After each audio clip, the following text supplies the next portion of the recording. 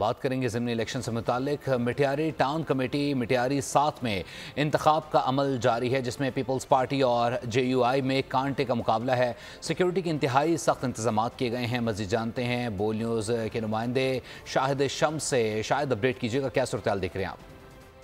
बिल्कुल, मटियारी में town committee 7 पे जो है ज़मीनी इंतखाबात का सिलसिला जारी है, जबकि एक सीट पे वार्ड नंबर 7 पे जो है JUI और यहाँ पर पीपल्स पार्टी के उम्मीदवारों में सख्त मुकाबले का अंदेशा है। यहाँ पर इंतखाबात का सिलसिला जारी है, वोटिंग जारी है। दूसरी जानिब यहाँ पर बात करेंगे, सिक्योरिटी के इंतजाम इंतहाई सख्त किए गए हैं, जबकि डिप्टी कमिश्नर मटियारी और SSP मटियारी यहाँ पर मॉनिटरिंग कर रहे हैं। उनका यही कहना है कि इंतहाई हसास जो है पोलिंग स्टेशन हैं, जहां पर सख्त सिक्योरिटी के तहत निगरानी जारी है, जबकि वोटर्स का सिलसिला जारी है।